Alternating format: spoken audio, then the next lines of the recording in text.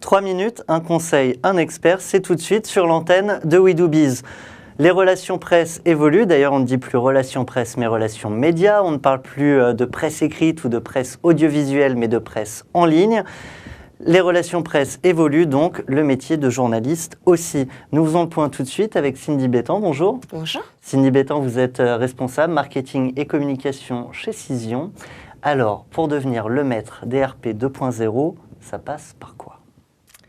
Alors, ça passe par l'utilisation des nouveaux réseaux de communication, notamment les réseaux sociaux, pour aller chercher les journalistes et maintenant, de plus en plus, les nouveaux influenceurs, dont les blogueurs. Donc, c'est une nouvelle façon d'aller initier une relation avec ces relais d'opinion qui peuvent vous permettre de gagner beaucoup en visibilité média et visibilité web plus généralement. Vous avez quelques chiffres à nous donner, je crois. Oui, effectivement. Donc, il faut savoir que les journalistes sont de plus en plus présents sur les réseaux sociaux et c'est vraiment devenu un outil de travail à part entière.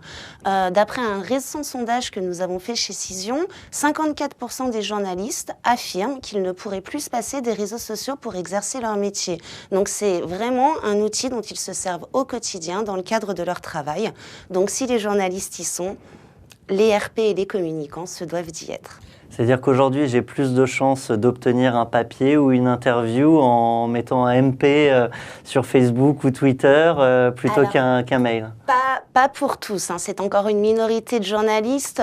Il y a à peu près 20% des journalistes qui nous ont répondu effectivement qu'ils prêtaient plus attention à un message privé sur les réseaux sociaux qu'à un email, mais c'est encore une minorité. Non, les RP 2.0 sont vraiment là en complément des RP. C'est une arme supplémentaire pour gagner en visibilité média, mais il faut faire des RP, ce qu'on appelle à 360, les RP traditionnels avec un communiqué de presse par email au journaliste, doublé d'une communication RP 2.0 sur les réseaux sociaux.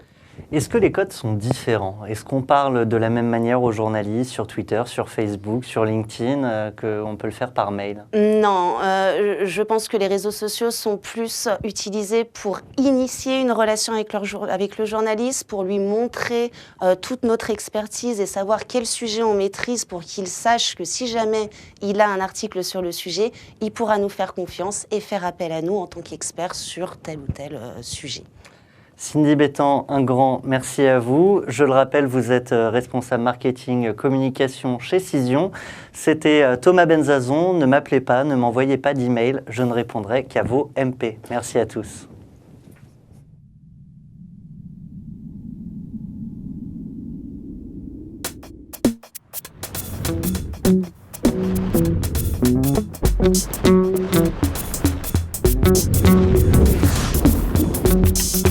Thank you.